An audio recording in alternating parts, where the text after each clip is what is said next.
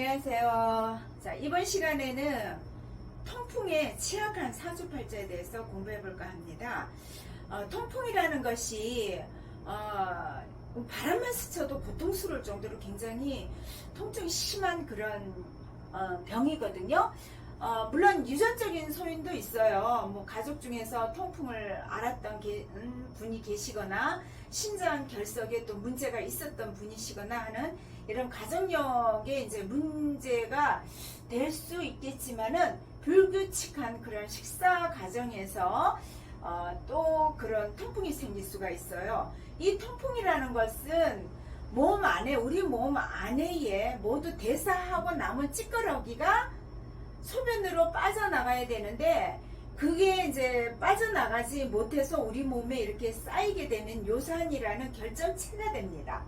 그러면은 이 결정체들이 우리 그 뼈 주위에, 관절 주위에 연조직이라는 힘줄이나 뭐 이런 데 있잖아요. 이런 데에 쌓이게 돼요. 그러면 그것들이 염증이 되어서 통증을 유발하게 되죠. 그래서 굉장히 고통스럽게 이제 고생을 해요. 그런 분의 사주팔자인데 왜 그런 사주팔자에서 그런 병이 생겼을까 같이 공부해 보기로 하겠습니다. 일간이 여린 나무이죠. 작은 나무입니다. 그리고 바로 옆에 큰 나무가 있어요. 든든하지요. 바로 형님이 옆에서 지켜주고 있고 그 형님이 그늘이 되어주니 참 좋습니다. 그리고 태어난 달에 또 물 기운이 있어요. 큰 물, 인성이죠. 그래서 정인이 있고요.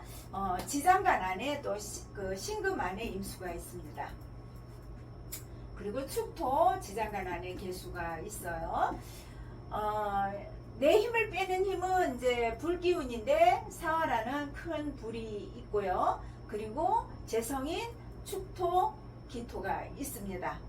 관성인 신금 또는 큰 쇠, 신금이 있고요.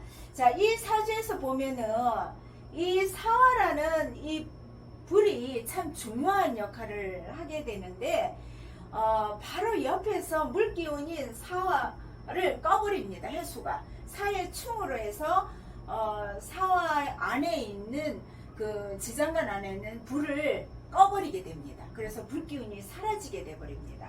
그러다 보니까 자, 이 불이 이 관성인 쇠를 갖다가 억제를 해야 되는데 불이 꺼지니까 이 쇠를 막을 수가 없어요. 그러다 보니까 이 신금이 간목을 쪼개버립니다.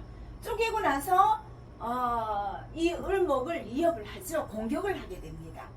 그러다 보니까 바로 옆에 보면 또 이 축토 같은 경우에도 언 땅이라서 신금을 생하지를 못해요. 그러다 보니까 물의 일원으로서 화하게 됩니다. 합세를 해버려요. 그러다 보니까 이 사주에서 가장 강한 기운이 이제 물기운이 조금 더 강합니다. 그래서 이 사주 같은 경우에는 강약으로 말할 것 같으면은 중간에서 조금 강한 그런 중간 사주가 되고요. 용신은 그래도 내 대신 옆에서 막고 있는 그 큰 나무가 간목이 용신이 되겠습니다. 자, 이 사주에 보면 제가 물기운이 조금 더 강하다 그랬잖아요. 그러다 보니까 사화라는 이 불은 꺼졌어요. 그러다니까 이 사주 형국에서 보면 좀 축축해 보이죠? 습이 차 보입니다. 사주가 추워요. 한겨울에 태어났으니까. 근데 불이 굉장히 많이 이렇게 필요할 텐데 불이 없다 보니까 사주가 너무 냉습해요. 그러다 보니까 통풍이 오게 된 겁니다. 그래서 이 통풍으로 인해서 지금까지 굉장히 치료하시면 조금 괜찮다가 또 재발하고 이런 반복된 그런 생활을 하시면서 이제 고생을 하시는 사주팔자에 대해서 공부해 봤습니다. 감사합니다.